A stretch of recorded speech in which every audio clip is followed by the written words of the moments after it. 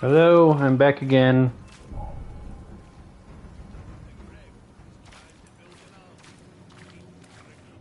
Maybe. Sorry, I'm trying to pull it up.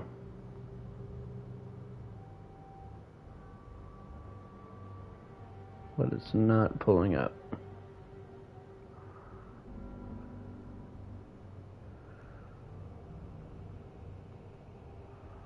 There we go. Hello, I'm back again. Yeah, I know. I fixed it, I just needed to turn off the game, turn it back on. Which is like 50% of all problems that you'll ever have in anything.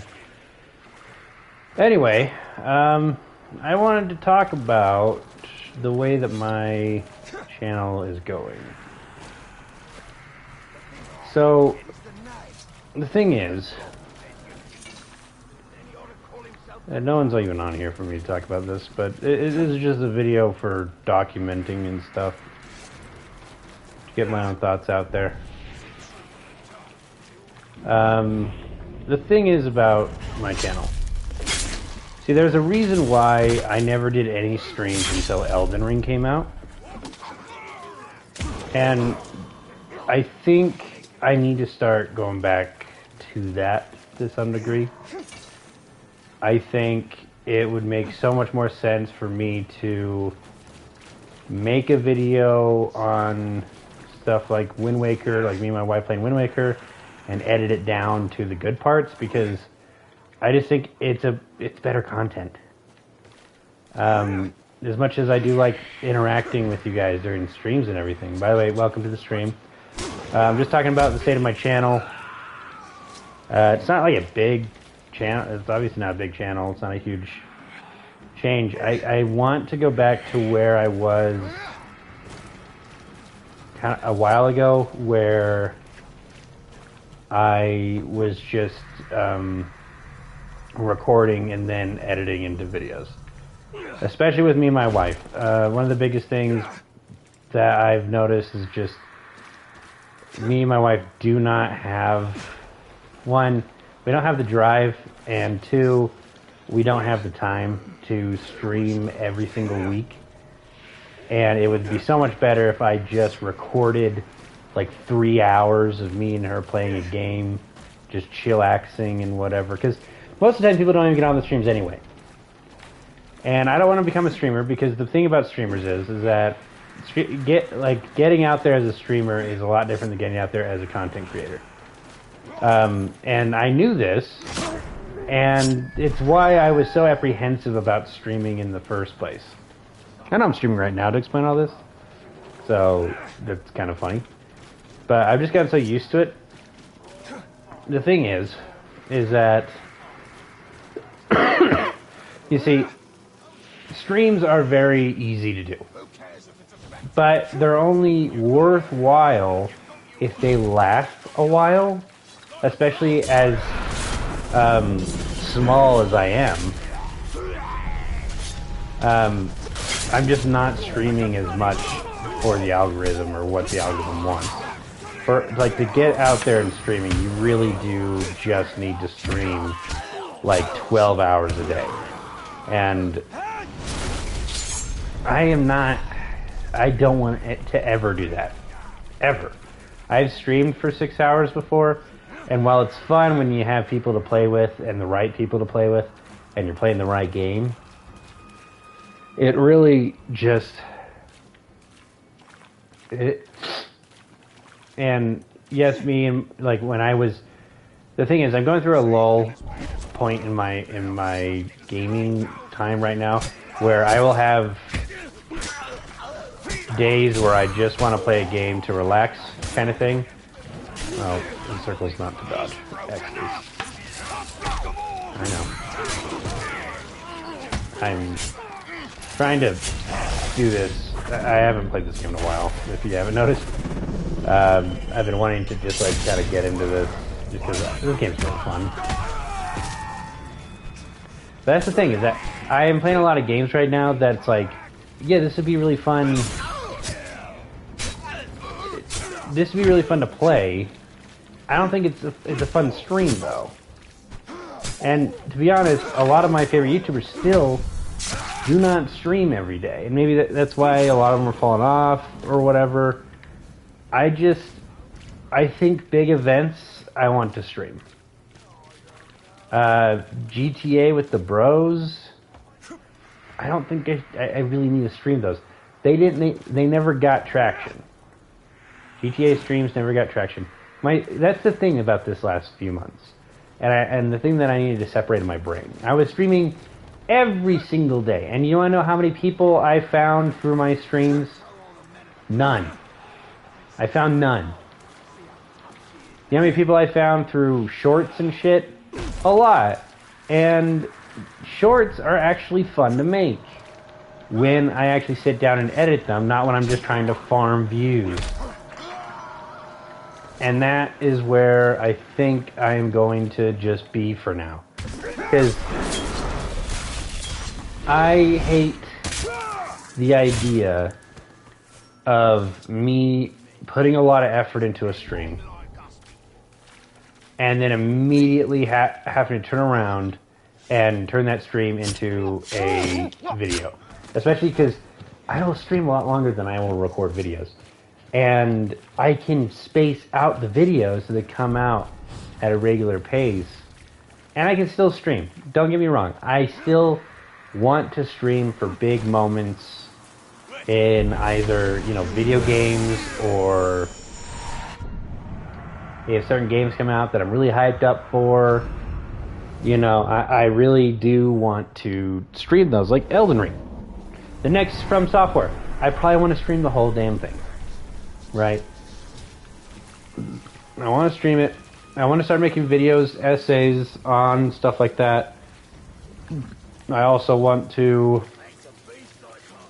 I'm doing a project with myself and one of my friends where we are doing a Project Zomboid, kind of like story mode. Like we're doing... I'm actually going to write like a narration script, and either I have to narrate it or I'll get one of my friends to do it. That's an actual voice actor. Which I think he'd be happy to do it.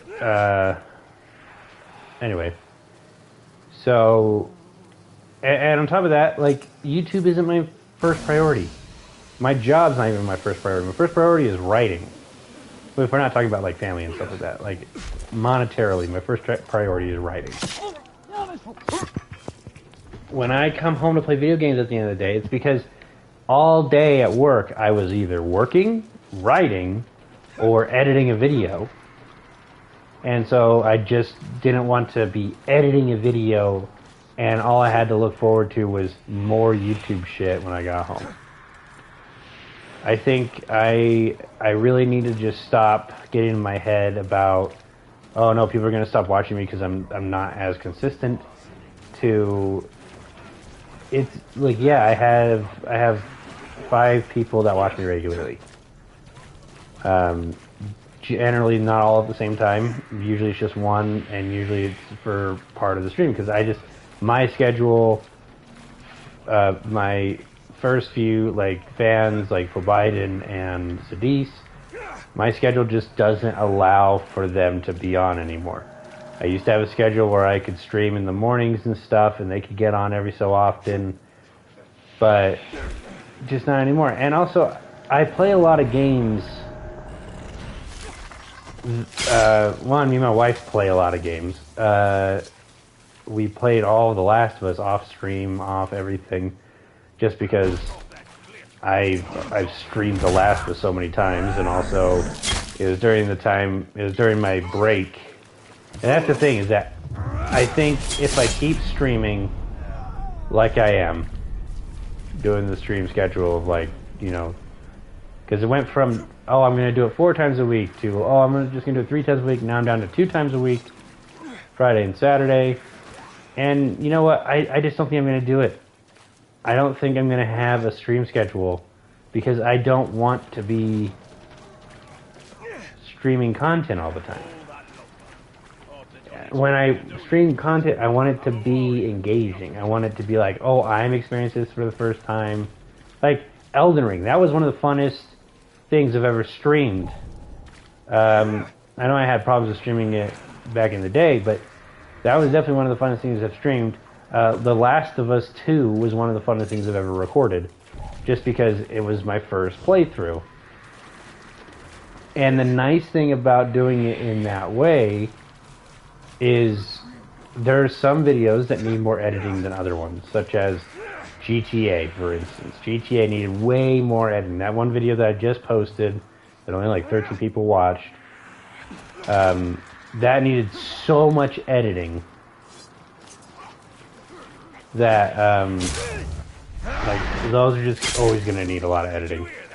And not really need, I just want to edit those more, just because the thing about GTA videos is that GTA is already fun, but you can add a little spice to the edits to make them even funner, you know?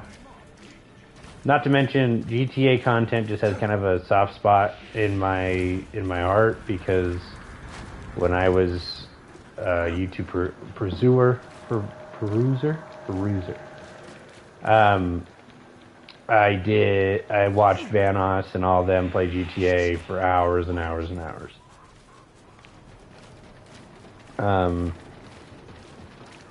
There's also the fact of I want to get better at editing. I want to push myself to do more editing, and I don't know what I want my YouTube to be, and I think a lot of people, I think that's not helping me on the algorithm. Because while I want to do these big projects like Project Zomboid, Story Mode and stuff, I'm thinking that I might have to put that on a different channel, because my channel just is a gaming channel. And that seems like a different thing. But also, it's not, it doesn't have like gaming in the name, and maybe I should be going away from that. Like having things revolve around gaming, but it doesn't have to be about gaming. Because I really do think I would much rather, gosh damn it.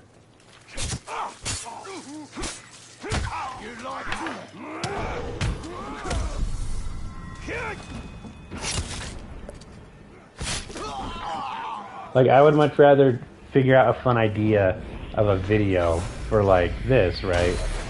And then do it, edit it, and then release it. Instead of just be like, oh, we're gonna play this today, and whatever happens, happens. And if the idea that I have is good enough that I'm like, oh, this would be really fun to stream, then maybe I'll do that.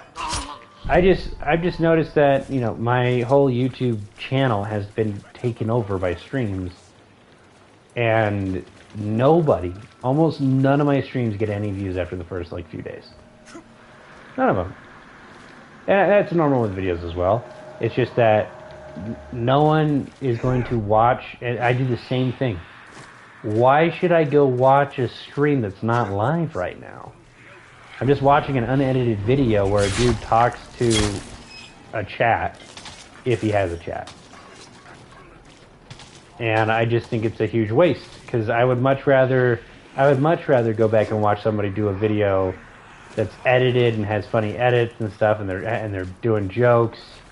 Like, even if it's just me and my wife playing Wind Waker or Demon Souls, like, I would have loved to just record those on the premise that if we need to take a bathroom break, we can go take a bathroom break.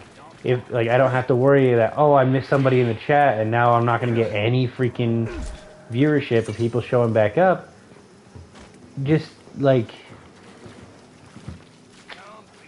I just think I would have more fun, everyone would have more fun if these videos were edited. If it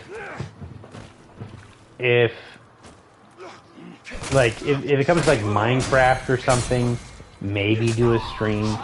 I am not into Minecraft right now, but even then, I think I would rather just do like an ambient Minecraft stream. Because the problem with Minecraft streams is that I really like to, there's games that I absolutely love to listen to videos while I play, and Minecraft is one of those games. Like, when I'm in a Minecraft mood, I'm also in a video watching mood, and it just really hits me that day, you know? And I get really bored really fast when I'm playing one of those games and I'm not listening to anything. Like right now, I'm playing Cult of the Lamb, and the thing about Cult of the Lamb is I love listening to something while I'm playing that game, because that game is not super intense.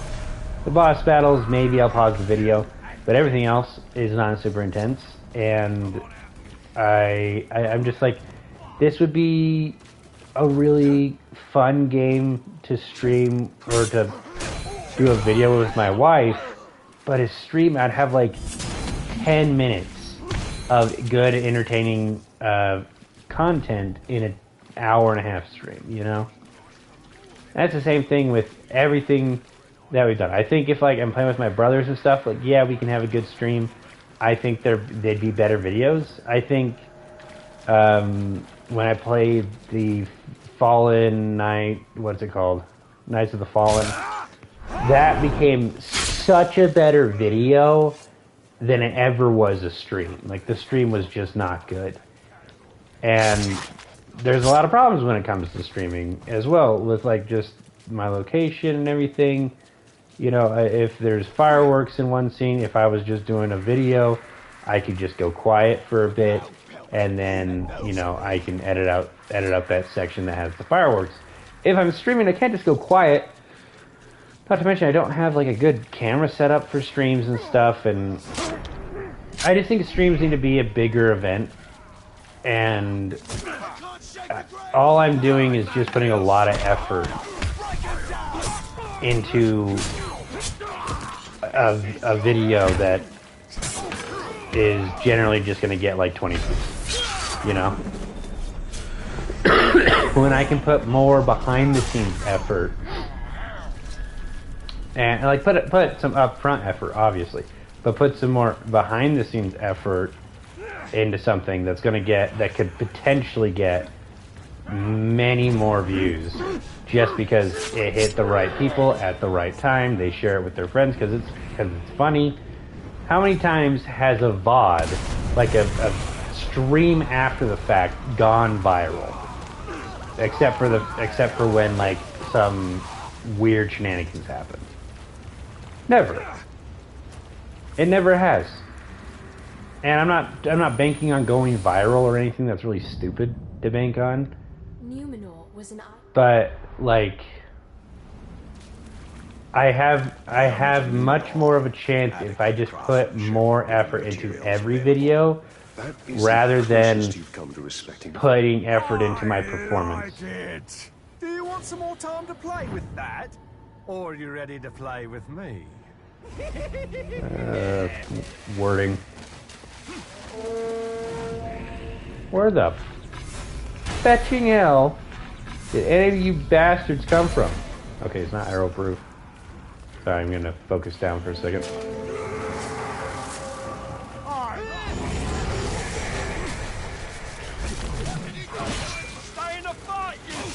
You know, when I played the first game, I really thought,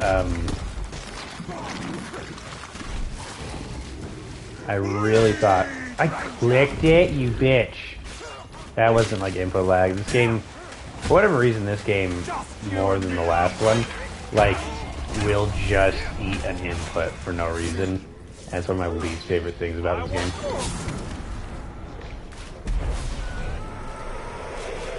Give me your ass, boy.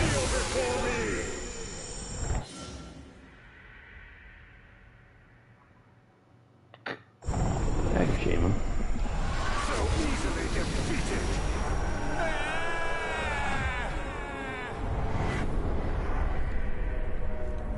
Anyway,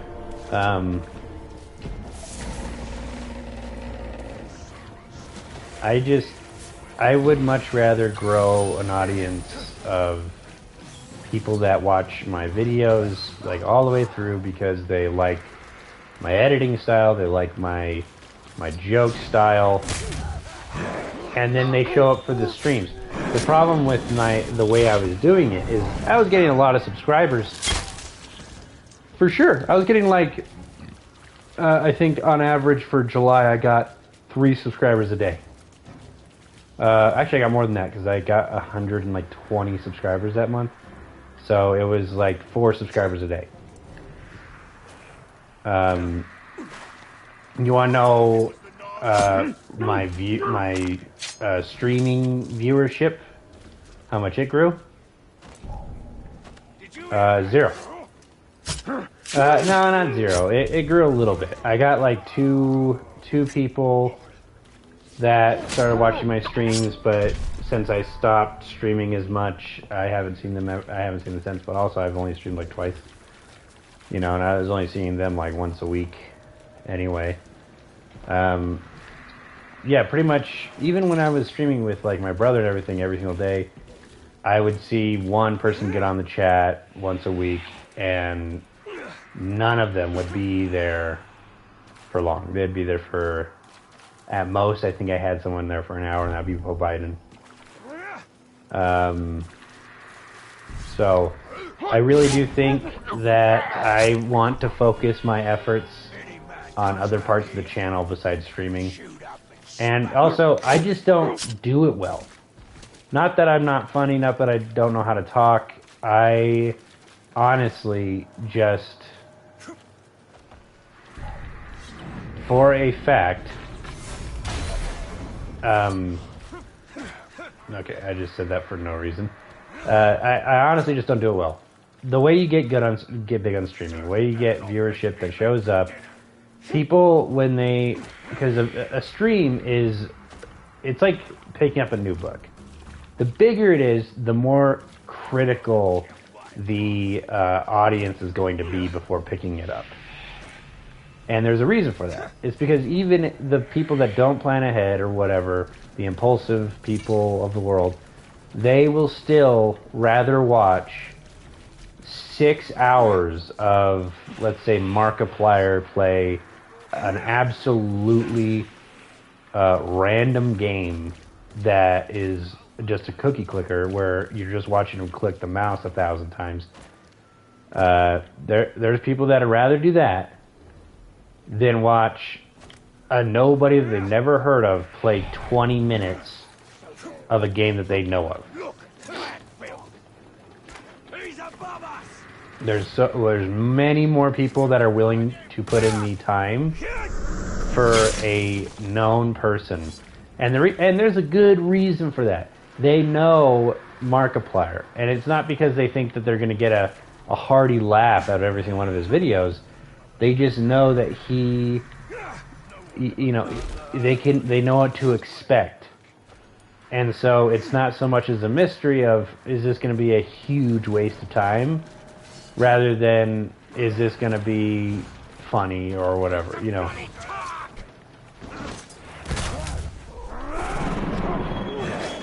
I'm going to be honest with you, I don't remember the last time I had a huge laugh watching Markiplier, but I still watch every single one of his freaking videos when they come out, pretty much.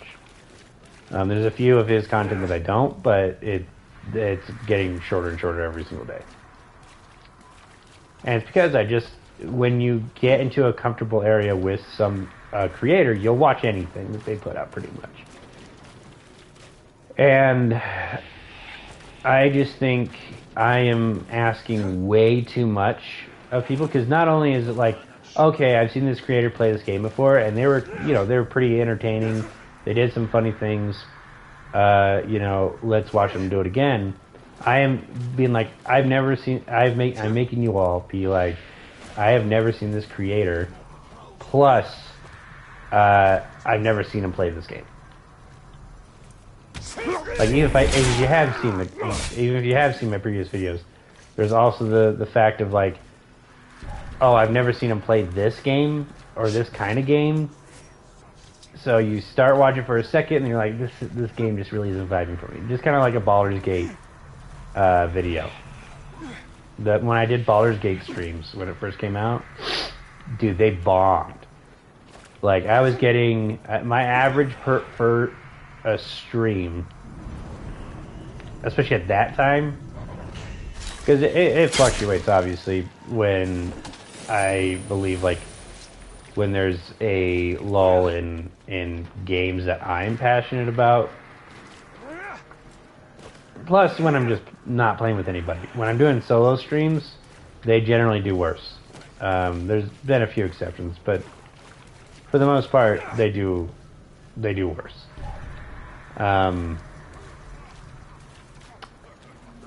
But it's also not about the viewer count. It's about the viewership. You know, it's like I don't care if 1 million people saw my stream yesterday. If 1 million people saw it, I mean that'd be awesome. But if they only watched the first minute, okay, that sucks. I put 3 hours of work into that, and yeah, I got a lot of numbers, and maybe even some subscribers, because those two, for whatever reason, correlate in very random ways.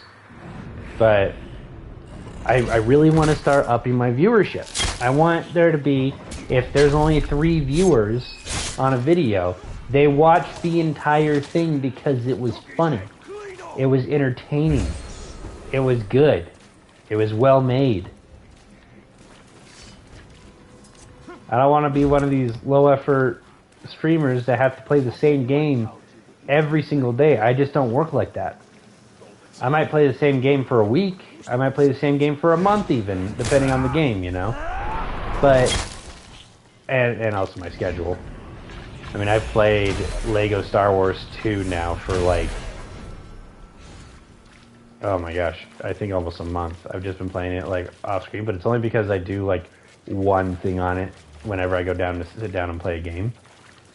And I'm trying to just 100% it. And I'm doing that because that was one of my favorite games growing up, and I've never 100%ed it ever. And so I like figured out the optimal way to do it, and like what I needed to do, what I needed to grind, so I could do it the fastest without having to beat the levels 18,000 different times when I had this and when I had that.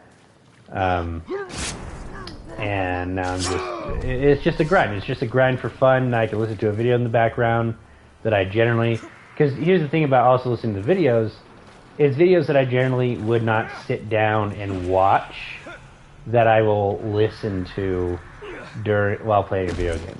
So like, I listen to Nerd Explains do how to beat such and such.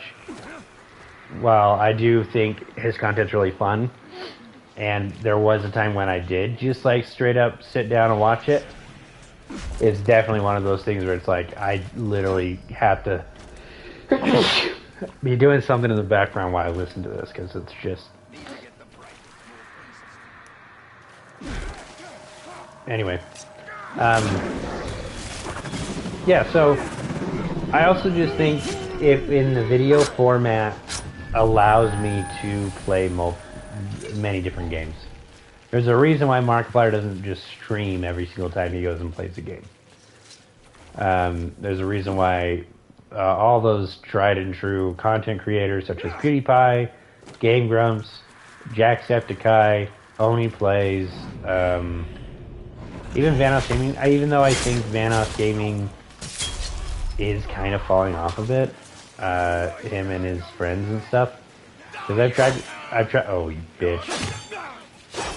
I clicked the button. Game, you piece of shit. Anyway, what was I gonna say? I do wanna do like analysis videos of other creators and stuff, because I was watching a Wildcat prop hunt video, which I need to watch Vanoss's to get a real to form a real opinion. I used to sit down for hours and I could just watch Vanoss play games. And I have tried to go back and watch those old videos. Yes, there's a difference in me, because my entire life was different when I was in high school, and also just it was more of an escape than anything else of all the stress that I was dealing with on a daily basis. Not just from being in high school, but from other sources. It was just an escape of stress in a lot of ways.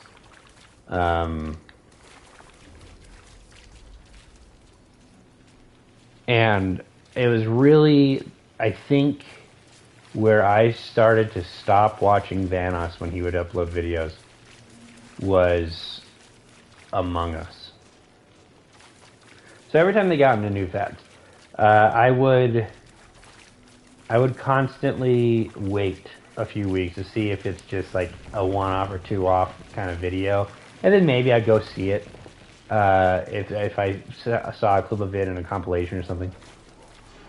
So Among Us started going off, and I didn't know what it was about. Their beasts won't stop us from taking their fortress. And I didn't start with Vanoss because he wasn't one of the first people to do it. Started with, I think, Wildcat. And I was just like, oh my gosh, this is freaking awesome. I get to watch them play werewolf in a video game. I freaking love werewolf. And I get to figure out who did it with them. And that is where I know people still watch their Among Us videos. I know people still watch Among Us videos. I'm going to tell you why I stopped watching them. I liked when they did like mods and stuff, and I was like, okay, this is interesting, but it's mostly just like, you know, one-off gags for every ability, and no one really cares who the imposter is anymore. And that was one of my favorite freaking things when they would find a body, and literally most of the gameplay that they would show is a flat screen. A screen that does not change. No animations change, except for maybe Delirious adding in some cartoons and stuff. The screen would not change, and yet they would be talking for 10, 15 minutes. Little to no cuts. And the same thing goes for their prop hunt videos. Okay, so a big reason why I like their Among Us ones, I loved the betrayal, I loved everything, and I understand why it evolved out of that, because it really just became, like, I can tell you're the imposter because I've played this many games with you. And that happens with groups of friends that play those games. I had a group of friends that we would play games like that all the time, and basically, two of us would constantly be voted out or killed first just because. And the reason for that was if I wasn't on your team, or if this guy wasn't on your team, you were going to lose. So it was better to bet that they weren't on your team, because you can still win without us. It's not like we're like the only ones that were good at the game or anything. You can still win without us.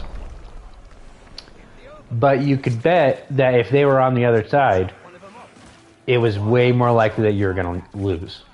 Me and this other guy. And it's because this other guy was really smart, knew how to do the things that he needed to do. I was really good at convincing people that I wasn't the imposter, or convincing people who to kill.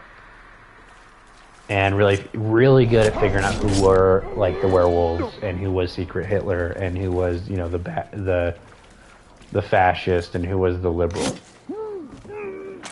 I'm not saying I was perfect at it, and I'm not saying that I was like this god among men or anything. It was just, I became one of those targets that was like, it's just better to vote them off just to be safe. And so what happens is, you just start, it kind of what was happening in Nogla in the group. You can kind of see when they first started doing Among Us videos, it was so good because it was so raw. You never knew how people lied. You never knew who you could trust.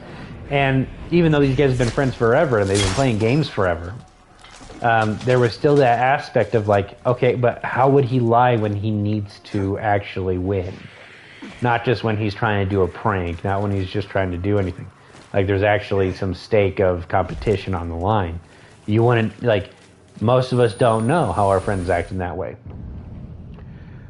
Case in point, I went after playing werewolf for so long with my friend group. I went and played with my wife's family, and immediately whatever team I was on would win. When we did a big group, it was less likely just because, like, the bigger the group gets, past a certain point, it becomes way more chaos than order and strategy. When there's 4 werewolves and there's, 16 freaking villagers and everyone's talking over each other and everyone has, like, something to say or whatever, it just becomes a game of hopefully you get to decide anything. Really, if you're a villager in that scenario, you don't do anything until you either die or your secret ability comes into play, or you're one of the last villagers alive, and then you have to start putting all the pieces together. Those are not as fun werewolf sessions as others. I like it. I don't know what the perfect number is, but I like it when everyone pretty much gets to talk and it doesn't take 30 minutes to vote somebody out.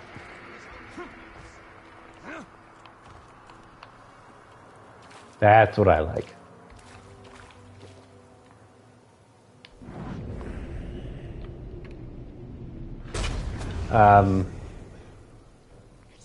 Anyway, so talking about Van House Crew. Why I stopped watching the Van House Crew. It partially because of how they started treating the games. It just starts. It takes it to its logical extreme, but then rides that logical extreme longer than the good stuff. So, like with Among Us, for instance, I swear Wildcat and all of them have made way more of the chaotic Among Us, where there's like 15 different teams, and you have no idea, like, unless you have watched 100 of them and figured out how every single role works and the strategy of every single role. It looks like everyone's playing a different chess game all at the same time against different people, but somehow it's connected, but also it's not, because even if you're the imposter, it doesn't really matter, because there's like 5 other people you have to get rid of to win as a crewmate, as a good guy. And if you're a bad guy, you could be 15 different flavors of bad guy, and it doesn't really matter. And then there's also the stupid ones that let you change roles when you kill people. So there's just so many things to juggle around in the air. Now, every time I watch it, it doesn't make any sense. And then on top of that, the editing, I don't know if it's just Wildcat. I don't think he edits his own videos. But the editor, or whatever editing style he's adopted, is terrible. It is so brain-rottenly bad. When I tried to watch this last freaking prop hunt video, it was unwatchable. It is actively unwatchable, and I'll tell you why. Go back to their classic prop hunt videos, and what you'll see is the rhythm that they have. So if there is a round in which that something funny happens, they will play most of that round. They will at least show you the beginning of when the fun stuff starts happening on that round, all the way to the end. Maybe a few times they cut, but generally they show until either all the props are dead, or all the hunters are dead, or until the props run out the clock. We'll go back and watch. They may cut a lot because they're either camping or nothing's happening and they're trying to move to another location or something. But they will show it in a cohesive storytell. Now, I go and watch freaking Wildcat's videos, and oh my gosh, dude, I cannot follow it to save my life. By the time the funny shit's happening, I just barely figured out, oh, we're not watching Wildcat, we're watching somebody else. Or, oh, we're watching Wildcat again, an entirely different round, even though he still had a teammate alive on the other round. And we don't know who won. It was a spectacle. It was a game. It was like watching a sport where they cut out the boring parts, you know? But now it feels like they Mr. Beastified it, where they know they need to cut the freaking feed every 13.5 seconds that there's no laughter happening, so that the freaking 3-year-olds that somehow that their parents neglected to freaking actually parent them. Look what we have here. I bet this sorry glob knows a thing or two.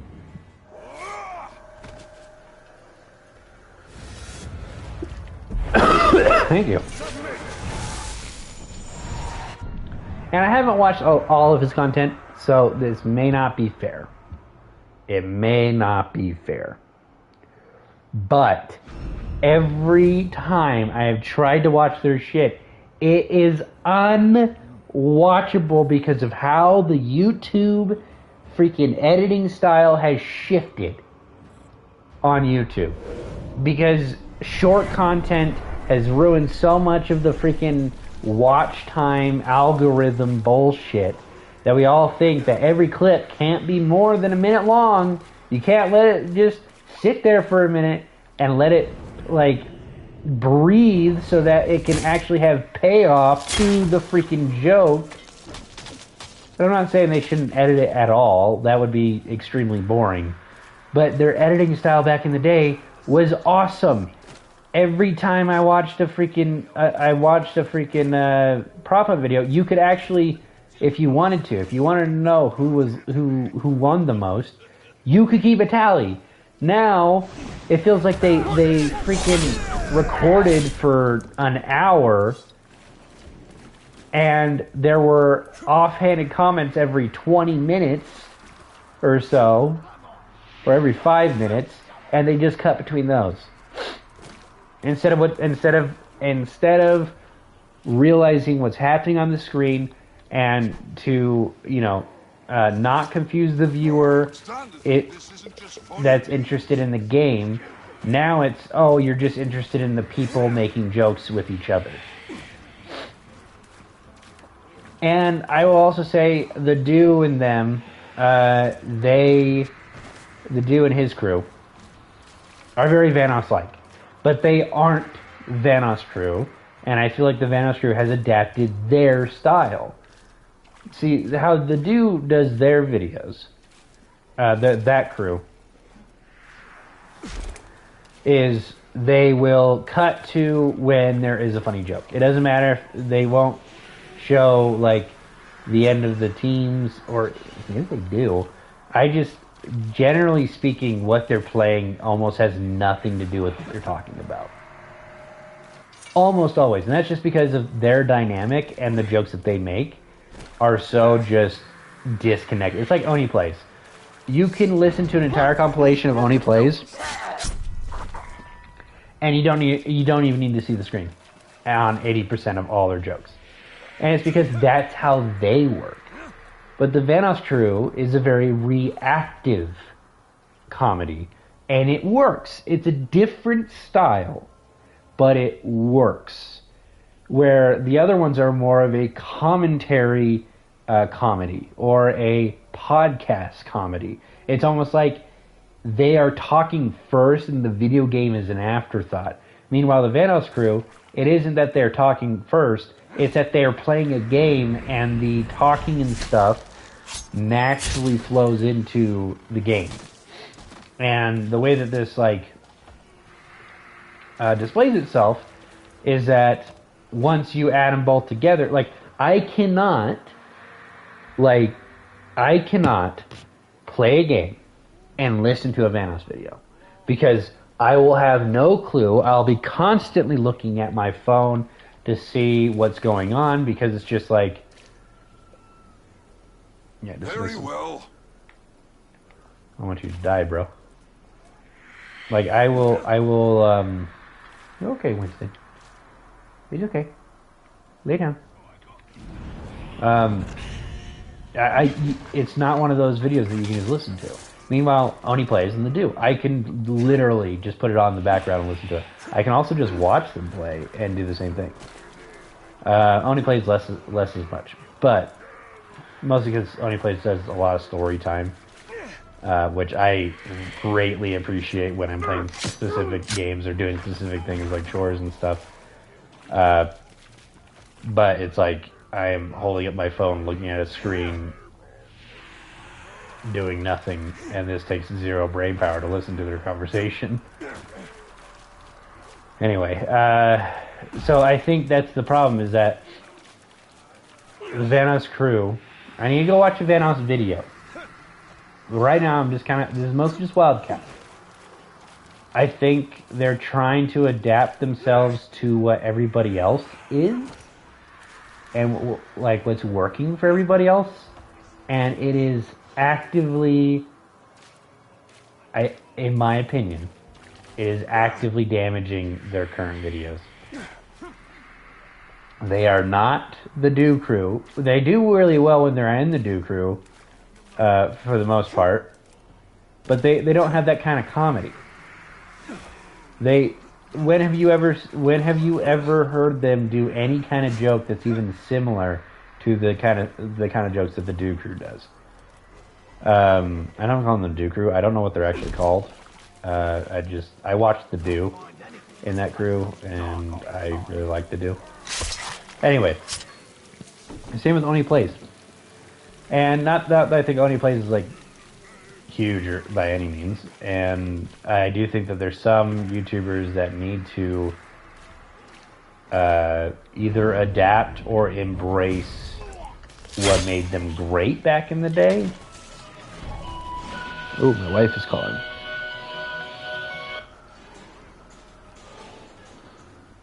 Hello. Hi. I did not see your text now.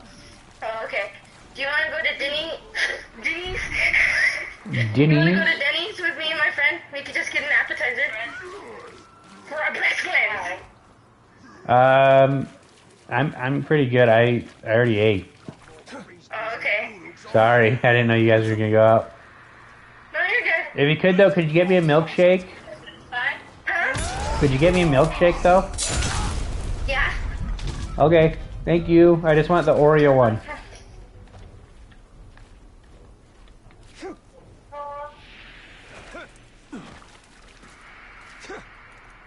Are you sure? Can you just please come and just talk to people?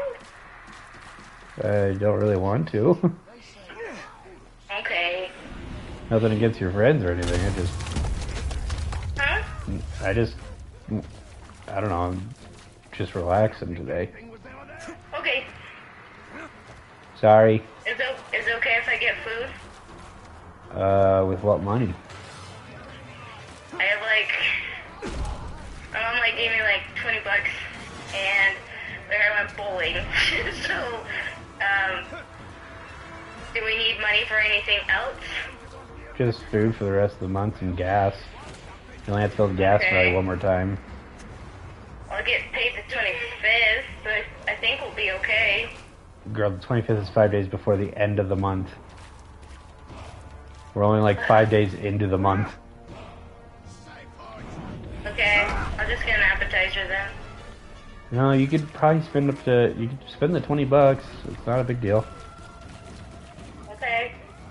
I know I'm gonna spend that much on my like breakfasts and lunches, so Okay. go ahead. Okay. Okay. Milkshake, please. Okay.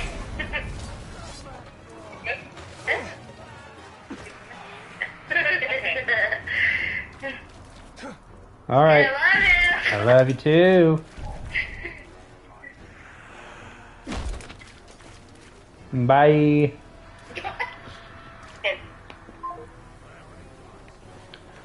Okay.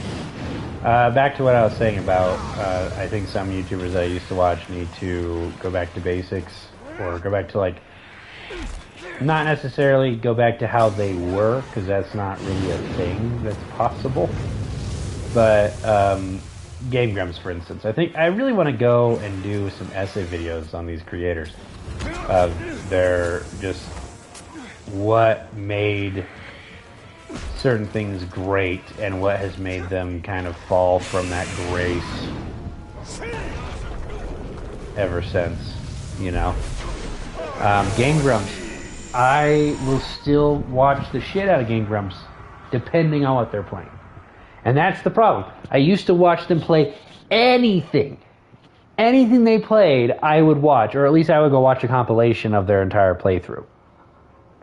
Now it's really just like Danganronpa. I experienced Danganronpa through them vicariously, and I just have to watch it with them.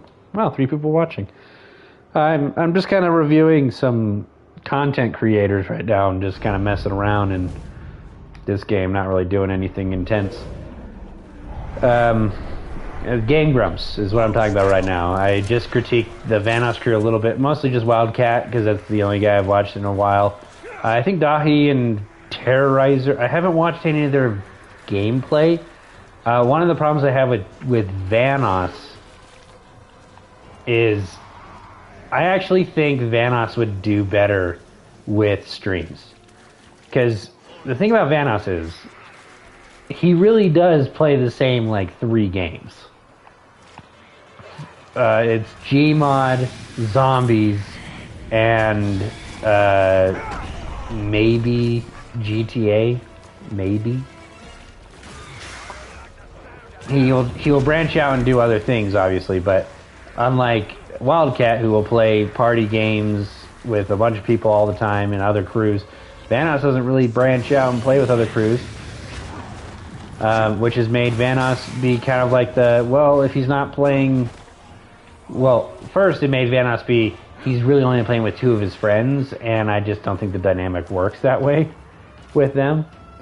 The powerhouses of the Vanoss crew are as follows. Dahi Denogla is a powerhouse of the Vanoss crew. I know that sounds wrong, but it's true. He is 100% a lot of the jokes that I will laugh at in the Vanoss crew, a lot of the funniest moments revolve around either him being dumb, him being annoying, or him being angry. That will be like at least 30% of all the funniest moments in the Vanoss crew history. He's mellowed out now. I don't know about behind the scenes, because the more that their crew kind of goes on, the more I feel like is hidden behind the scenes, like much more than it was before.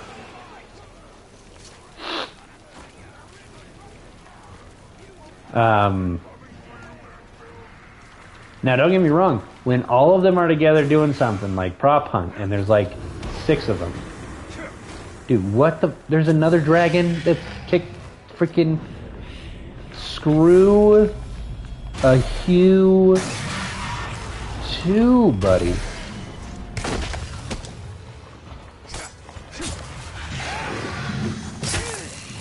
Oh shit! I didn't mean to actually kill him. I meant to hurt him a little bit. Okay, well, that was badass, I guess. Oh. Thank you. Anyway. I am of the opinion that Vanoss... Not that Vanoss couldn't be funny. But that he's generally not, unless there's other people around. And the right kind of people with the right kind of dynamic. But even then, if you look at like Vanoss's best moments, he was really I liked a lot of his editing early on. And early on I mean like until Minecraft, I guess. I think a lot of the time when he was playing Among Us, I didn't really care for it. I don't think he had a whole lot of fun playing Among Us, to be honest. Except for in the very select few times. Again, that's just speculation. He probably had a blast. But Minecraft was really where I think he's peaked so far.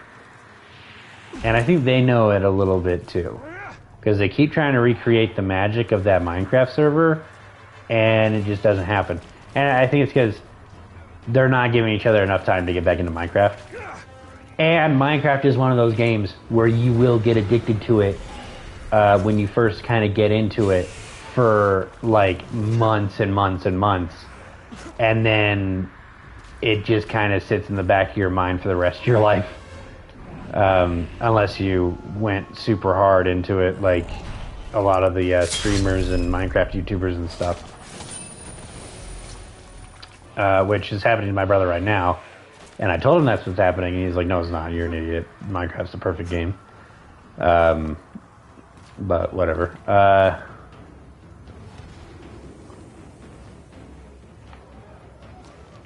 The hell am I saying?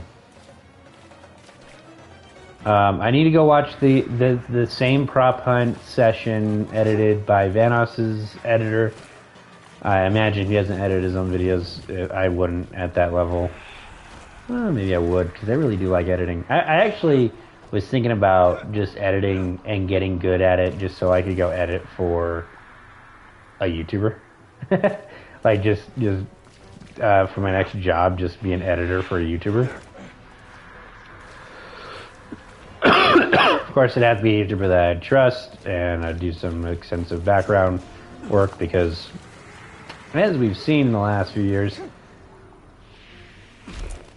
it's not that great of it's not that stable of a thing, and I don't want to be tied to that, and I don't want to be on the receiving end of, well, we're kind of shit out of luck, and this is just how it is now, and I have to pay you less kind of deal. Oh, shit. Anyway. Okay, Game Grumps. Let's get back to Game Grumps. Has Game Grumps fallen from its graces? I don't know. It feels like something's different. I don't know what it is, because Game Grumps videos aren't heavily edited. It's usually the mandatory edits of just like, oh shit, one of our controllers broke, or oh shit, Aaron did something stupid and we have to backtrack for the next 30 minutes. Which is just part of the Game Grumps experience, really. And maybe it's because I'm just a fan of less edited videos, but I'm also an anti-fan of live streams. I don't know what it is. I will watch Jacksepticeye play 4 hours of a video game, no edits done except for maybe some text on the screen every so often, and beeping of certain swear words so he can have it monetized. And yet, like, if that was a live stream that he did, it would be a completely different story. I don't even think I would have watched it. And maybe it's just because I'm that generation of YouTube that I grew up with the Let's Play, and I grew up in the Tobuscus versus PewDiePie era of YouTube. And soon graduated to Game Grumps and Vanos and stuff, where Vanos probably was the most heavily edited thing I watched back then. And now that I go back and watch it, it seems like there's 0 edits in it. Except for like the awesome sound effects that he used to put in those. I still miss those. The kapow and kapua shit. I do severely miss that kind of character that his videos had. Not to say none of his videos since then are better or worse. I think his early videos are pretty rough in a lot of other categories. I just really like the sound effects and the early YouTube where people were just kind of figuring shit out. I love that shit, man. I really did. There's a lot of stuff I didn't like about it, like mics and video quality. Plus problematic YouTubers that were tied to a lot of his videos. Anyway, Game Grumps. We're talking about freaking Game Grumps. What do I think is Game Grumps' problem? I've been a long time Game Grumps fan. I was not long enough for John, but I literally joined like the year that Dan joined Game Grumps. So I've been a fan since Dan was there. I was like a year. It was the same year, but it was like a few months after. So I actually had the opposite effect of where I didn't like watching the old JonTron videos. And anyway, this is kind of funny. What do I think? Okay, to identify what's different, we have to identify another factor. What is the golden age? Like, what do I think was the golden era of Game Grumps? Very good question. I think the golden era of Game Grumps was when Matt and Ryan were the editors. And not because I think Matt and Ryan made the show what it is. I really do not think that just because they left, like Game Grumps went down the shit. That doesn't make any sense to me. Because I also was, I was a fan of Game Grumps when it was Barry and then why the hell can I not think of his name? Kevin. Barry and Kevin as the editors. And I don't know. There's just something about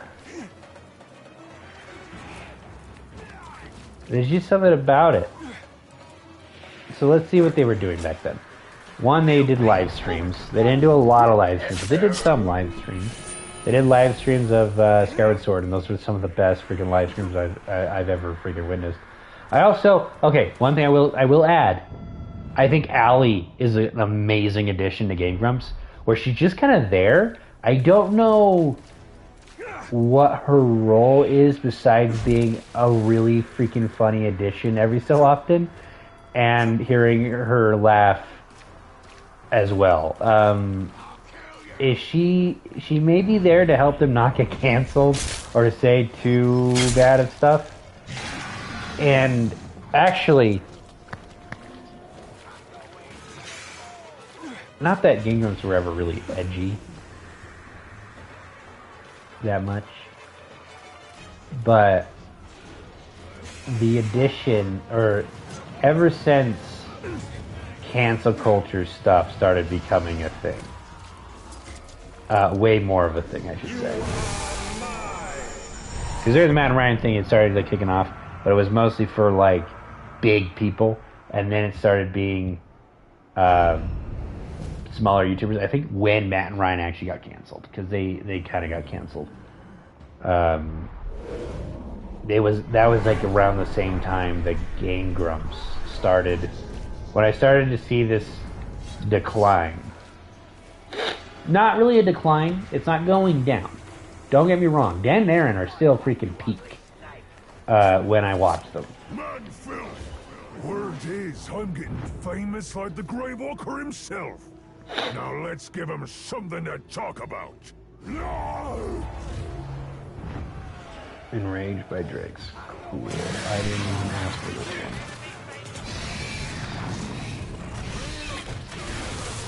Dominated. Anyway, Dan and Aaron are still peak. The weird thing is when I watch them, I will watch the entire video. So why haven't I watched them more? Because they're not playing games that I care about? They barely played games that I cared about before. Dude, I remember, I also was never a person that would watch, like, the new episode that came out of Game Grumps. I was much more of a person, because I think Dan and Aaron are amazing to watch in compilation form. That's how I actually found them. So maybe I shouldn't be the person talking about, like, what I think is the downfall of Game Grumps, or whatever.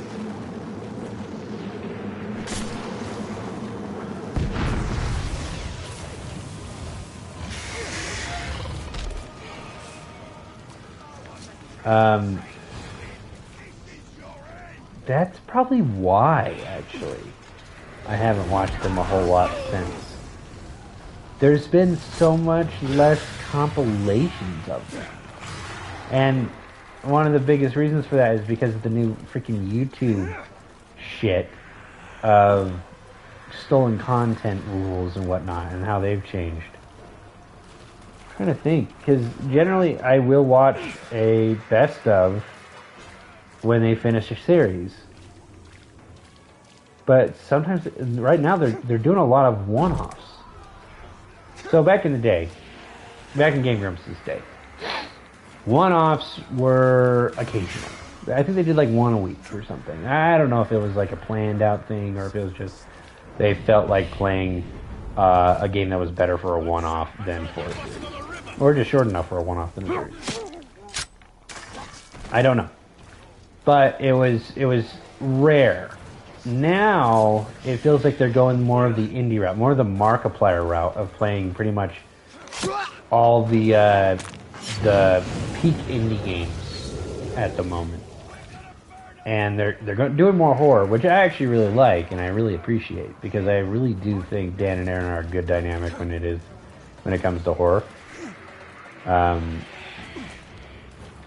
And Dan is becoming less of a pussy, but.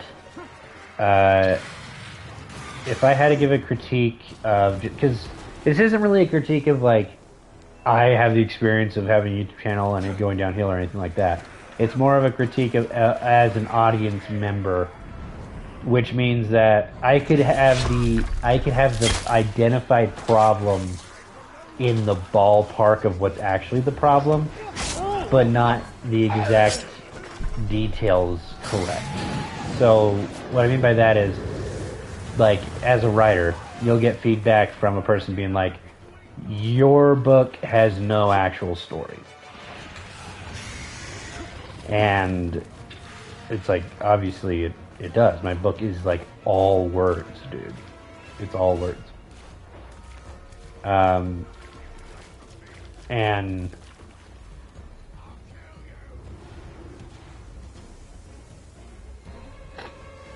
sorry, my dog went somewhere weird and I thought he might have pooped, even though I just took him out.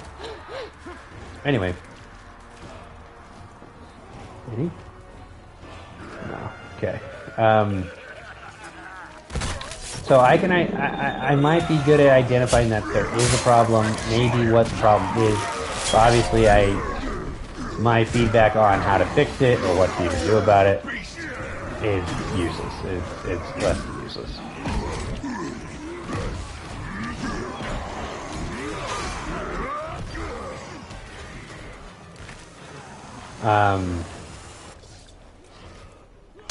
Damn.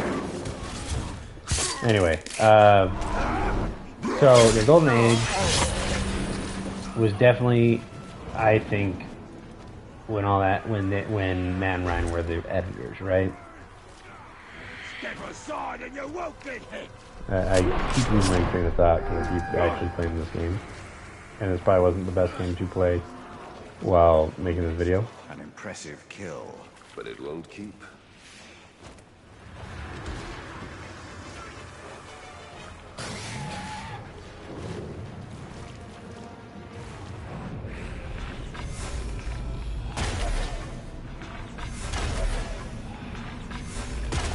Arrow proof, huh? Bitch. Anyway. Okay, why do I think they've fallen from grace a little bit? Their game selection for sure. Generally how it worked back in the day is that they would do long Let's Plays. They would do an episode of every Let's Play for a while. And this had an effect on me as well as everybody else where there were just some months you didn't watch Game Grumps because you weren't interested in the game that they were playing. This is why Let's Plays were held back, by the way, back in old YouTube days. Why channels did not get huge, why they didn't grow. It's because Let's Plays are limiting in the fact that when you have done let's say 3 hours of a Let's Play and you do 15-minute videos, that is, what, 12 videos? And if you do one video a day, that's 12 days. It's almost half a month of videos. And if you only release one video a day, that's half a month where if someone's not interested in that game, they probably aren't going to freaking watch you. That's why Let's Plays evolved into edited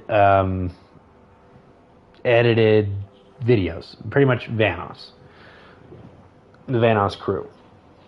And the different flavors that came with. It evolved into that. Now it's been corrupted by the Mr. Beastifying of the algorithm of YouTube. What do I mean by that? I am in the same belief that Mr. Beast ruined YouTube for certain areas of YouTube. Because everybody now had to compete with Mr. Beast. Before, you had to compete with PewDiePie. You know how easy it was to compete with PewDiePie? There were countless videos that were better than like 10, like the nearest 10 PewDiePie videos that were coming out around it. And it's because people like PewDiePie for PewDiePie, you know? And PewDiePie even started less of the Let's Play style and way more of the edited style. And I remember trying to watch, because I wasn't a PewDiePie fan until right before he pretty much retired. And I would go watch old videos because, you know, he was a very popular YouTuber and his stuff would show up all the time. I would go watch his videos and I'm like, oh my gosh, this is edited like crazy. Like, what the hell, man? This is crazy editing. And at the time, I was just like, oh my gosh, dude.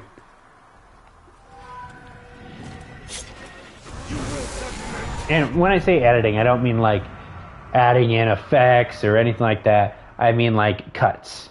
I mean, the scene sits for 3 seconds and then cuts to a different scene kind of cuts. Like Marvel fight scene kind of editing that I just never appreciate from anybody, really. And I need to go back and look at one of those videos that I really just like did not like because of that. But that kind of left me on the Let's Play side for a while, and I guess that's just me. I am definitely more story driven. I am much more infatuated with what's going on in the world, combined with my love of who I'm watching. Like imagine if Jacksepticeye on this news video that I just watched, the something the deep. It's about being on a oil rig. Imagine if he edited that down so that it was just the highlights of what was funny. It would have no cohesion, no. It would be such a lesser product. Even though, yeah, it'd be more entertaining, sure, on paper. But there's certain things that don't need to do that. That shouldn't do that. And I think people have kind of lost the plot when it comes to that. Like with Wildcat. I know we're kind of going in circles here. Literally in the game and in... Oh, it's on the ground, that's why. Literally with Wildcat, where it's like... The thing about Prop Hunt wasn't the fact that you guys were having fun. I mean, that was part of it. But the thing about Prop Hunt was the creativity in your guys' hiding spots and seeing if you got caught, because that was fun, combined with the fact that you guys are fun. Not just the jokes. If I wanted just jokes, I could go watch a comedy special, you know? Or I could go watch The Do, where literally you could just say they were playing Lego Star Wars, and I would have no idea for 90% of all their jokes. Like, you could just tell me that's what they're playing, and I would believe you. Did the elves truly sail in vessels such as these? First age, this would count among the most ordinary ships in our fleet. It breaks all the cohesion and and the pacing. That's one of the biggest things. People don't understand. And I get it, because you're a content creator first. You know this works with a certain demographic. You're trying to appeal to the demographic that is the biggest demographic on YouTube, which is the freaking 11 through 15-year-olds. And the way to do that right now is to be this ADHD-driven, freaking cocaine-riddled piece of shit video that cuts every 5 seconds. And I shouldn't really be talking, because my video that I've released not too long ago, literally this week, is kind of the same, to be honest. But it was mostly because... That was mostly because I clicked X like a year ago. I know it takes a while, game. I know it does. Bro? I am clicking it, dude. Oh! This is why I freaking hate the old logs in this game, dude. You bitch! Oh, you're dead. You're dead. I'm just killing you specifically. You jackass. I am clicking the buttons.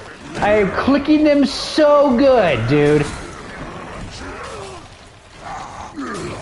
I did not click X twice. I didn't.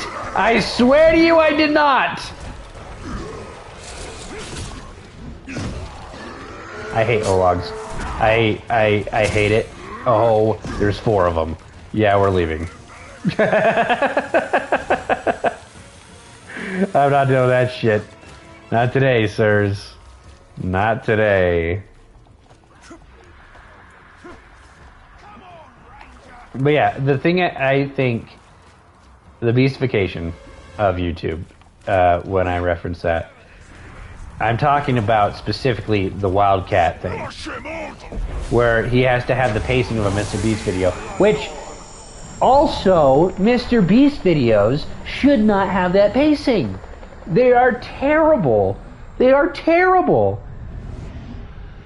They are really good with keeping your attention on it, but how many times have you gone back and watched one of his competition videos? How many times have you gone back and watched it? Legitimately, how many times have you gone back and watched it? Yeah, we all watched it when it first came out, sure. I mean, I didn't. I've only seen like 3 of his videos. But everybody watched it when it first came out, and you watched the whole thing. And that's his whole goal. The goal isn't to make classic content. And I don't get that goal. It's like Marvel right now. We're trying to make movies that people all want to go to, but you're not trying to make a good movie. The ideas that Mr. Beast considers good video ideas are not video ideas that are like, oh, this is going to be freaking revolutionary. People are going to reference this. They're going to talk about this. How many times when you watch those videos of like, oh, I reference these things every day, does it show a Mr. Beast video? How many freaking times? Because I've never seen it. I have never seen. That's like me and my wife watch compilations of just memes and funny moments on the internet all the time, and most of the time they aren't about. They have nothing to do with any of Mr. Beast's videos, which is wild, because I guarantee you one of Mr. Beast's videos have been seen more than any of the memes on that compilation, and yet none of them are on there. It is a nothing video. It is nothing. You can rewatch Deal or No Deal episodes. You can rewatch Jeopardy. You can rewatch freaking Wheel of Fortune. You know what you can't really rewatch? Mr. Beast videos. I mean, you can. And there's probably people that do. Okay, I'm not saying that it's impossible. No one ever does it, ever. But dude, because the ideas he comes up with are not ideas that are like, oh my gosh, this is going to be the best video. He might think that's what it is. It's not. This is the best eye-catching video. That's what he wants. And that is such a surface level thing on this platform. It has literally boiled the flavor out of so many content creators. Not only before Mr. Beast, but definitely since. Since Mr. Beast, not since. Think about that. Again, I would rather watch the 4-hour-long Let's Play of Jacksepticeye playing a freaking horror game, because I'm interested in the horror game and I'm interested in how he's going to react to it, than watch a 10-minute video that took Jimmy 4 months to make and cost $10 million. Like, that's the wild thing. And I know those videos aren't marketed for me. I know they're not. But let's say they were. There is a day that I will go back and rewatch Jacksepticeye play that game again. I can see that happening. You know what I can't see happening? The one video that I liked of Mr. Beast that I actually saw, where he sent two guys in the middle of the freaking wilderness, and they got $10,000 every day they stayed out there. I'm never gonna go watch that video again. I'm never gonna go watch that. That is my favorite one that he's ever put out. I'm never gonna go watch it. Because, one, I know exactly how it ends. There's no surprises now. It only is good the first time you see it. And you might say, well, that's everything. No, it's freaking not. You know how many times I've watched Lord of the Rings? I know exactly how it's going to end. It doesn't change anything. It doesn't make it so I don't almost tear up when Sam picks freaking Frodo up and carries him up a mountain. It doesn't change a damn thing. Yeah, it was probably...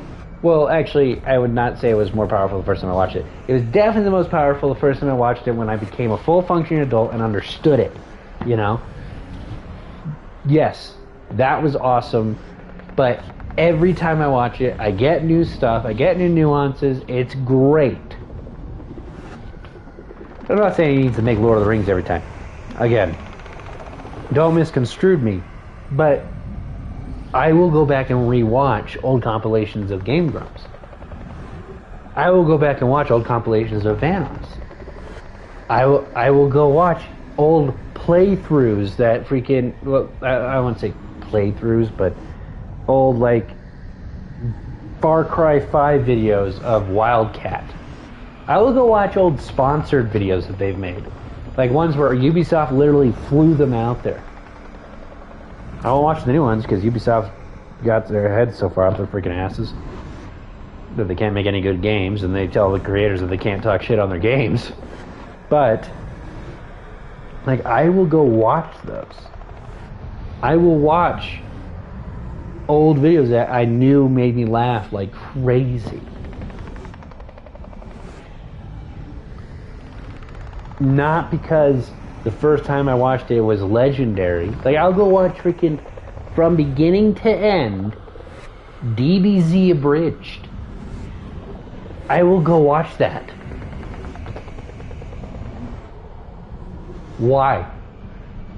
Are there jokes that I don't like in it? Yes. All over the place, where I'm just like, okay, you know, whatever. That's a joke, I guess. Same with the Game Grumps. Do you think I laugh my ass off whenever I watch Mario Sunshine for the freaking 1000th time? No. No.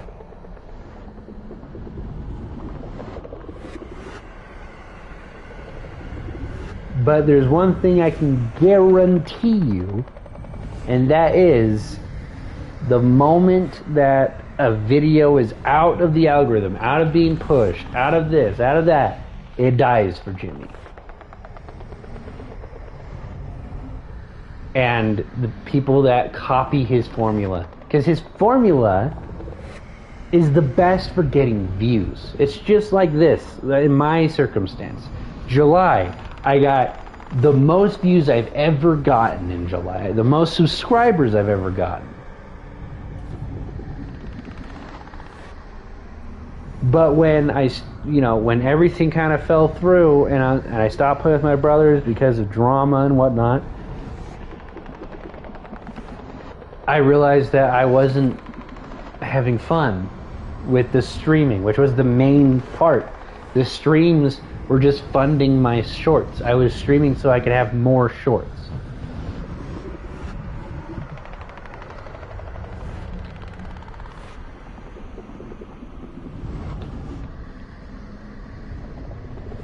And it just became about the shorts. And I was like, well, yeah, the short might be funny to watch the first time. You're never going to look up a short again.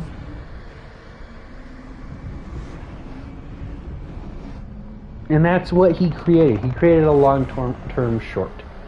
He created a thing where it is an absolute nothing burger. You gain nothing from watching it. But it keeps your attention.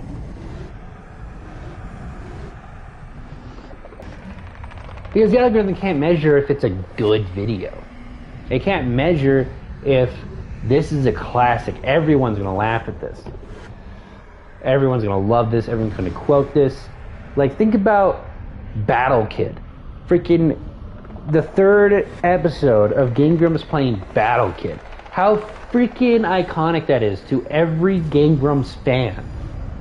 It happened years ago. I think over a decade ago. Or close to a decade. That is a classic. From beginning to end. No fancy editing, no cuts. Just Aaron losing his freaking mind for 10 minutes. And deciding instead of just getting angry, I'm just going to improv stories every 5 seconds. Amazing. It's amazing content. It is absolutely awesome. I've broken the game. I don't think it's supposed to stay in this menu for that long. There we go. I will conquer for you. Oh, I'm supposed to kill this guy. Whatever. I'll stay sharp. Like...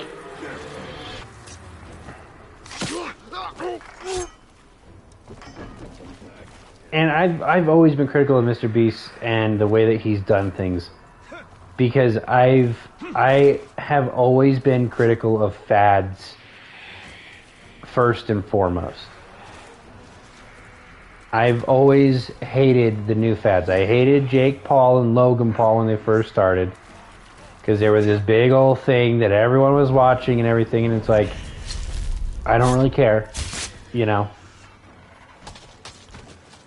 And that's just the thing with me. There's, like, again, I had the same thing with Among Us. It was a new big thing, and I didn't want to go into it because I was like, it's stupid, you know. Everything that's big is stupid. I did the same thing with Fortnite, which actually is stupid, and so I guess I was right about that. But it's not a for sure system. But this is the reason. Things don't get big because they are important. Things get big because they are interesting. And those are not the same thing. Why do conspiracy theories get traction? Why do people talk about them even when they don't believe in them? Why do people believe shit that's obviously not true? It's because it's interesting more than important.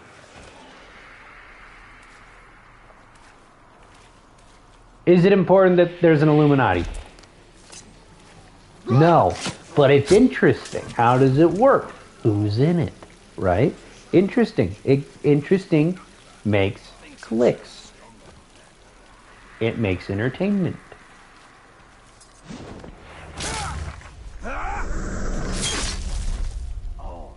Are birds real? Obviously this is a fake one, but it's interesting to think about, okay, if they weren't, how would it work, right? How would the lore fit, right? It's interesting more than it's important. And it gives you nothing. What is so important about knowing that there's an Illuminati? One, of course, the rich people run the world. I mean, I don't understand, like, they lobby freaking politicians, they bribe people, they literally pay for campaigns, and they always have. They decide a lot of the world's stuff. Do I think they meet under a freaking mountain every year and wear weird cloaks and sacrifice children? Maybe. But if they were doing that, what does that change about my daily life? I can't do anything to stop that. Maybe if I was a reporter or anything like that, sure.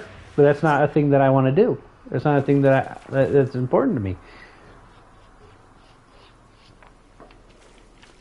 Things that are interesting are seldom important.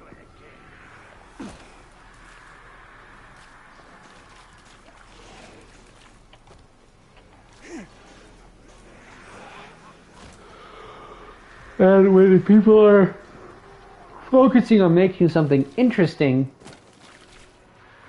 they're taking away what really matters, and that's the substance of it. They're making it look really pretty and cute on the outside, but on the inside, it's a raging bowl of shit. Yeah, it's really interesting to spend $1.5 million on 3 scenes of CGI, right? But doesn't make your movie important. It used to, because every time you did that, you would revolutionize that kind of stuff. But nowadays, it doesn't matter. Everybody can spend $3 million on their freaking animation budget and CGI budget. It doesn't make your movie better. It's interesting, sure. But it's not better. Interesting was never quality.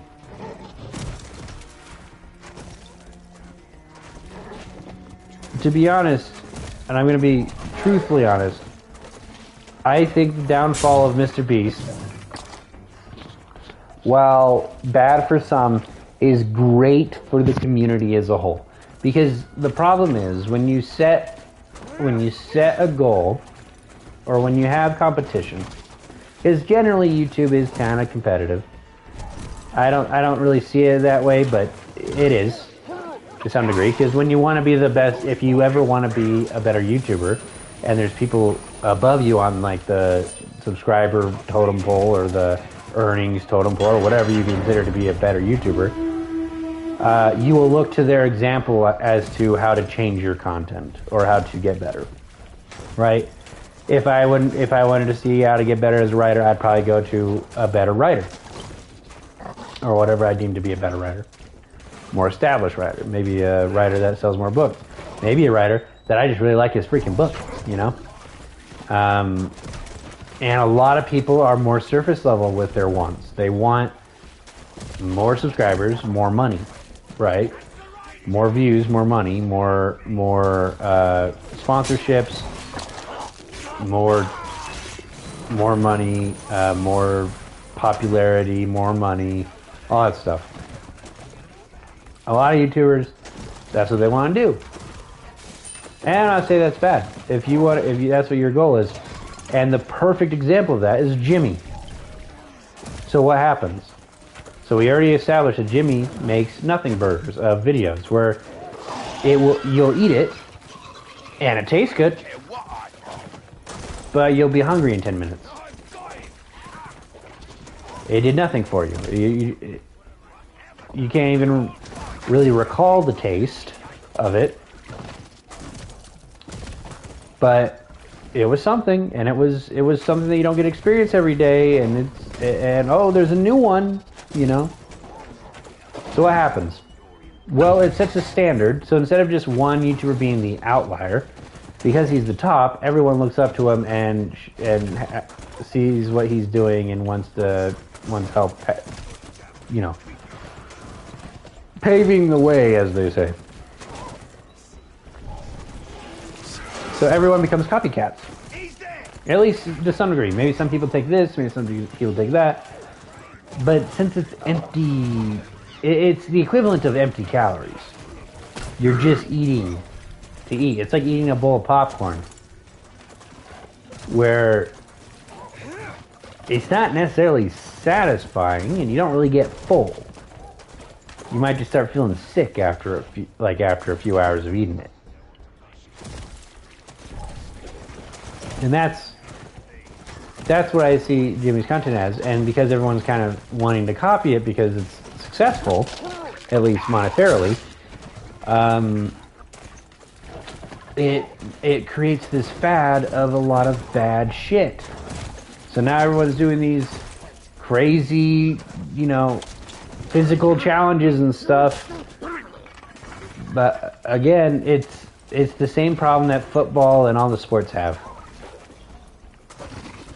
There may be games that are completely legendary, that are absolute. This needs to be recorded so I can rewatch it on an off day, because it's just so good. But for the most part, 90% of all content that comes out of sports and stuff is only interesting to watch once. There's no reason to record it. There's no reason to put it on a disc. There's no reason to download it to your phone. Besides, outlier reasons such as, my kid's in this game, or I'm not going to be able to watch this game because I'm going to be on a plane, so I need to download it, or whatever. For the most part, when I say most part, I mean besides random outliers. 90% or closer than that to 100% of all the sport content that's going to come out this year is going to be dead content a week after it's out.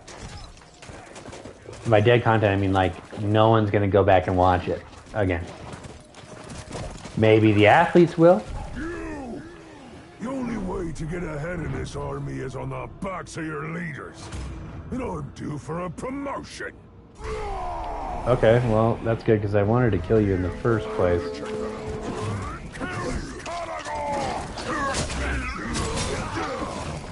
You bitch.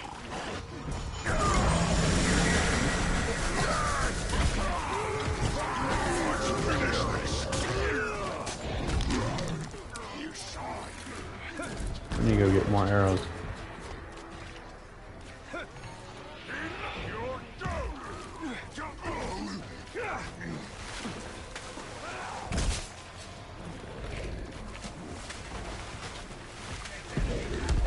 Pick it up. Worthless glove.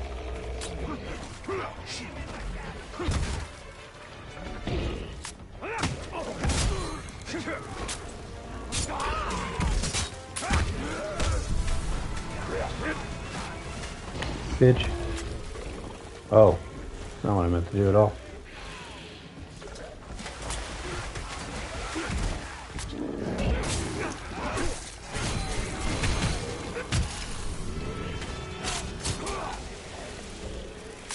Terrified, eh? Just let me go. Okay. Anyway, I think this stream's gone on long enough. What does this do? Oh, but I can upgrade this one. Ba-da-da-da! 2 days captains? I don't really give a shit about that. What about this one? Whatever. All these kind of suck. Yeah, so I just think that overall it's created a negative effect of turning YouTube creative. Anytime creative content is turned into numbers, it will always have a negative effect. You see it now with media. You see it with mainstream media and with YouTube media. I mean, the people that really still care about their craft, really still have fun every time they make a video, you can tell. They don't have to put thousands and thousands of dollars into every single video, and they don't have to be the biggest. They do what they love, and they're content with it, and they have fun. It's when they have to start worrying about getting canceled, when they have to start worrying about, oh shit, you know, my entire career is based on this, and I have kids and a wife, that if I say the wrong thing, you know, we're freaking on food stamps, man. Like we're gonna starve to death. Like that's when it starts getting to be like less fun. And obviously that's not anyone's fault, because yeah, if my income was purely based off of YouTube, you bet your ass, man, I wouldn't even be swearing. I'd be kissing freaking Mr. Beast's ass so hard, man. My throat would be sore from all the dick sucking I would do with all these big freaking YouTubers.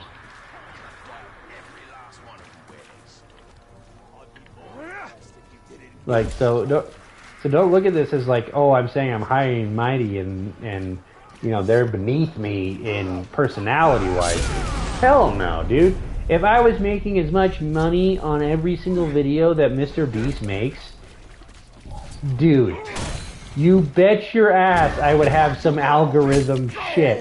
I would have an entire Excel sheet of every minute I need to say ooga booga. You know, every time I need to do a little incantation in like minute 4 or whatever to keep the 3-year-olds from turning away from the video.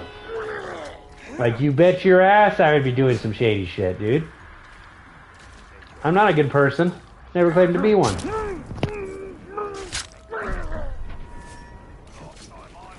I want to be doing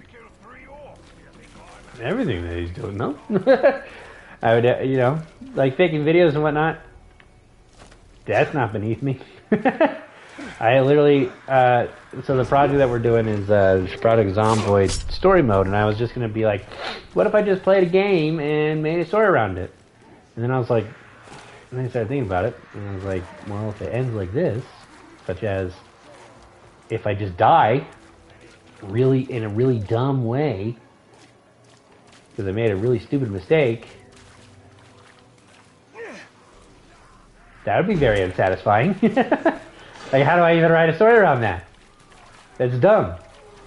So it's like, okay, how much of this do I have to fake, and how much of this do I want it to be legitimate? And I'm like, well, obviously, the beginning has to be fake, because I can't just do a purely random thing. I guess I could, but it could end up being disastrous, and it could end up being a 5-minute long video of me going, oh shit, Louisville, and then dying. So I'm like, okay, so I have to have some kind of thought in this. Okay, so let's just do the beginning. Okay, the beginning is that we're going to be doing this and this, and our goal is this. And then let's go from there, and then I'll do the rest live, you know? But then I was like, but then there's the problem of, I want to build up characters and they need to have satisfying conclusions. So, I decided that, for at least this season, the way it's going to happen, I have the beginning and I have the end figured out. If a character dies before we get to that end, I'm going to have to fake it a little bit. But, for the most part, everything in the middle is unscripted, and I'll have to figure out what, like, writing around it. For the most part. Again, character dies really dumb. Character death is really stupid or whatever. Then guess what? That character didn't die. I'm just gonna bring that character right back alive. I like nothing happened.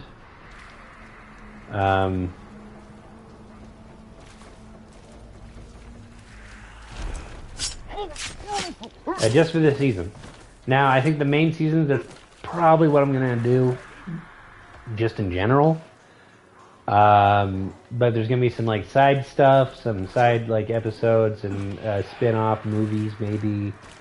And by movies, I just mean, like, long episodes that we decided, like, oh, let's do The Outbreak, and it happened on a cruise ship, you know?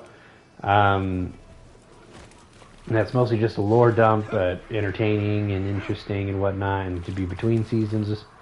And it could just be, we take our longest run that survived, and we figure out how to make a story out of it. That one's completely unscripted, except for the fact that where we're at and what the premise is of the story. Of course, it doesn't change any of the gameplay, and it could end at any moment.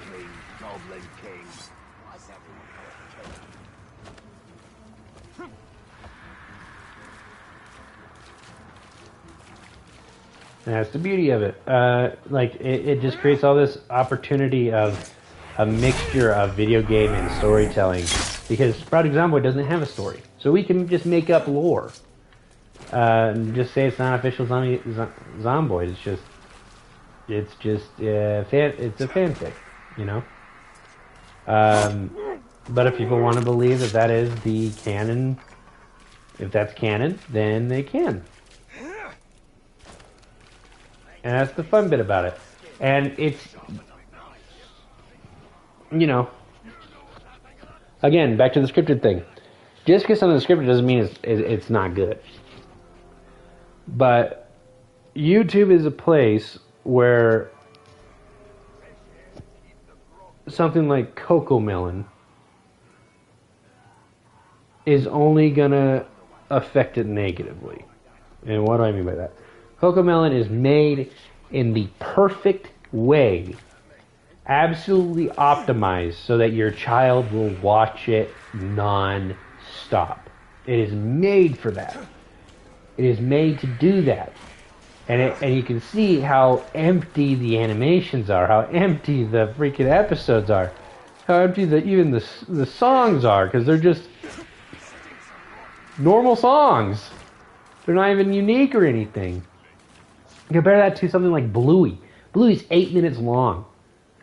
Me and my wife, without any kids, have watched every episode of Bluey more than once. We have binged new episodes of Bluey. We mark it on our calendar when new episodes drop, man.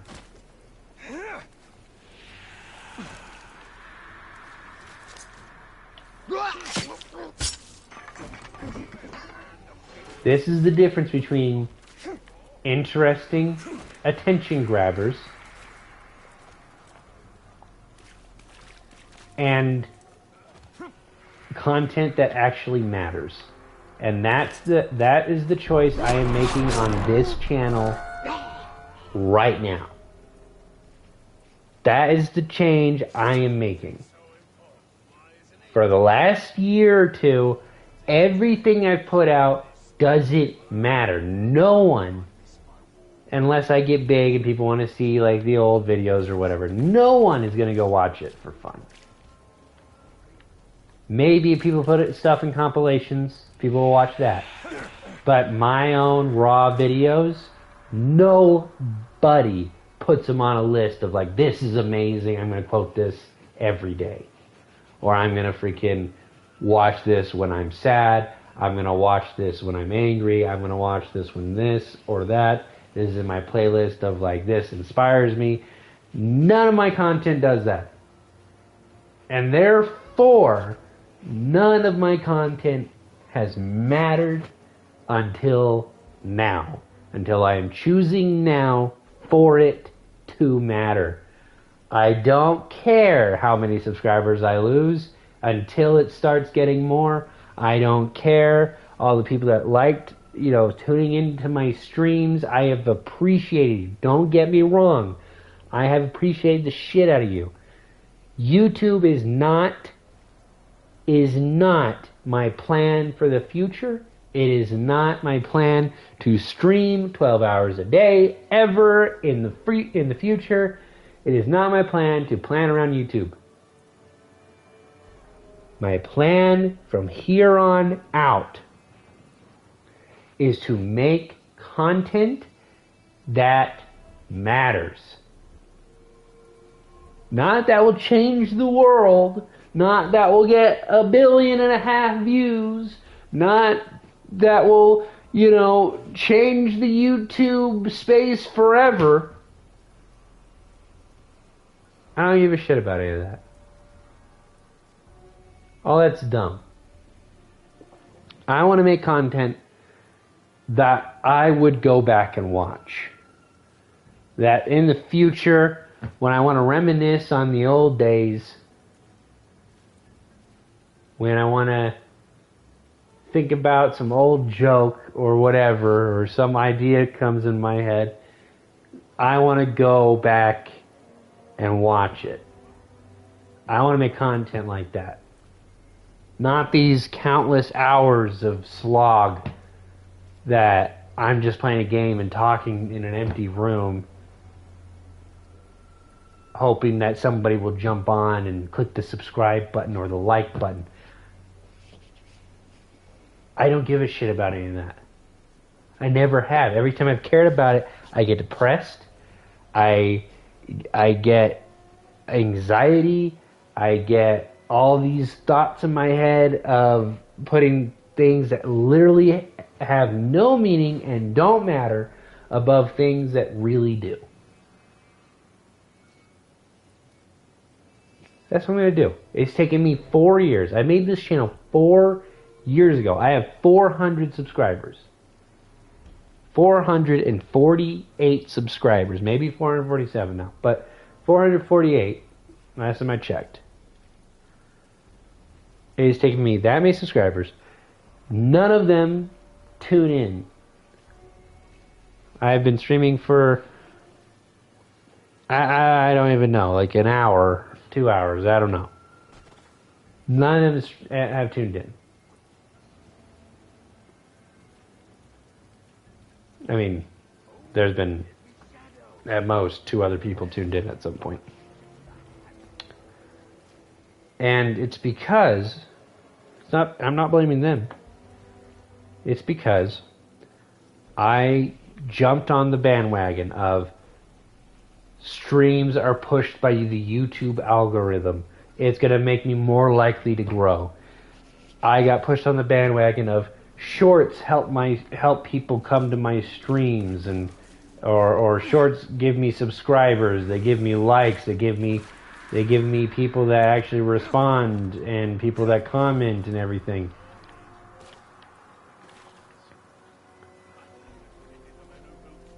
But guess what? Guess how many of my videos have been added to people's playlists of videos that they want to go back and watch again? 0. Guess how many of my shorts people have gone back and watched multiple times since the first time they've seen it? Probably none.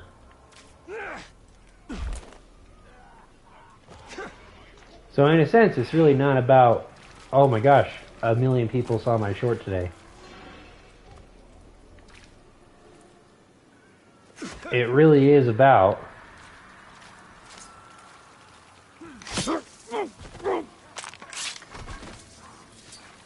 am I proud of the content that I've made?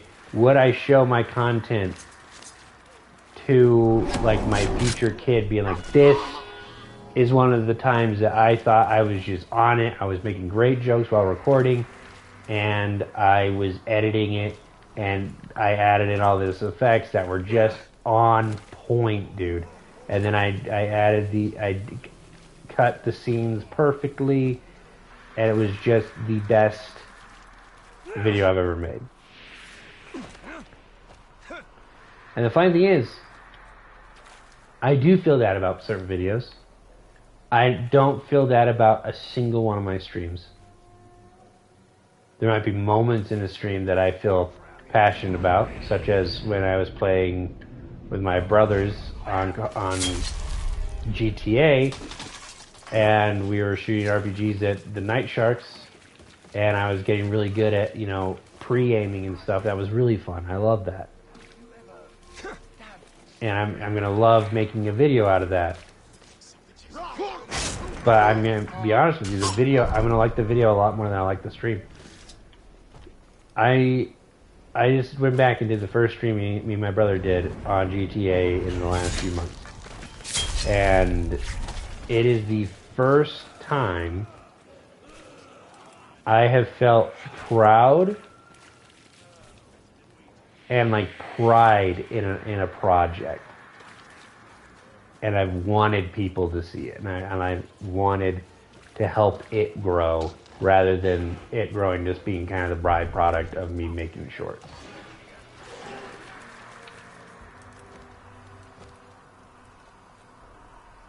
And that's what I want. That's what I want out of YouTube. That's what I want out of YouTube. And is it the most optimal? No. And it shouldn't be. The most optimal path should never be the best path. It should never be the most fulfilling. And it never will be.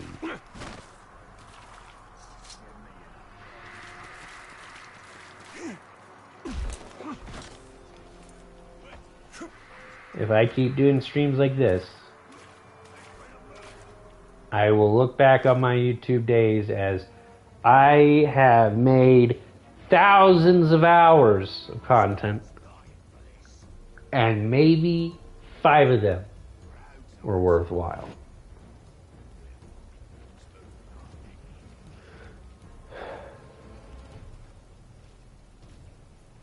And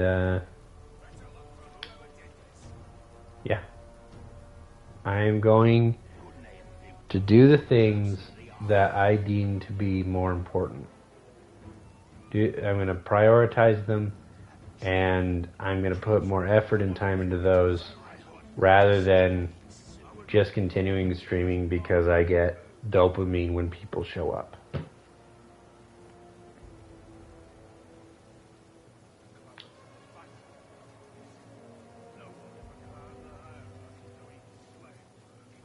Will I do streams in the future?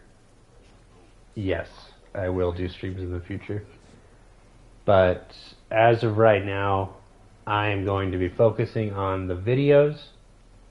I'm going to be focusing on the content that I want to do and just focusing on having fun.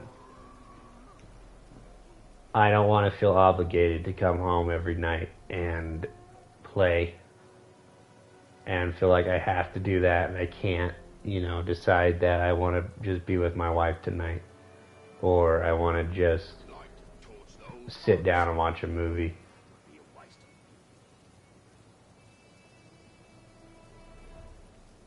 I already obligate myself to do a lot of things on my own.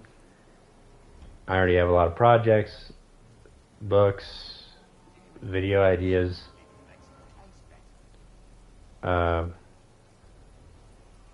Ambitions of certain things. I just don't see what I am getting from it. I don't even see what you're getting from it. I think it's just the dopamine of having a guy respond on a video, and I just would rather make something that you love watching.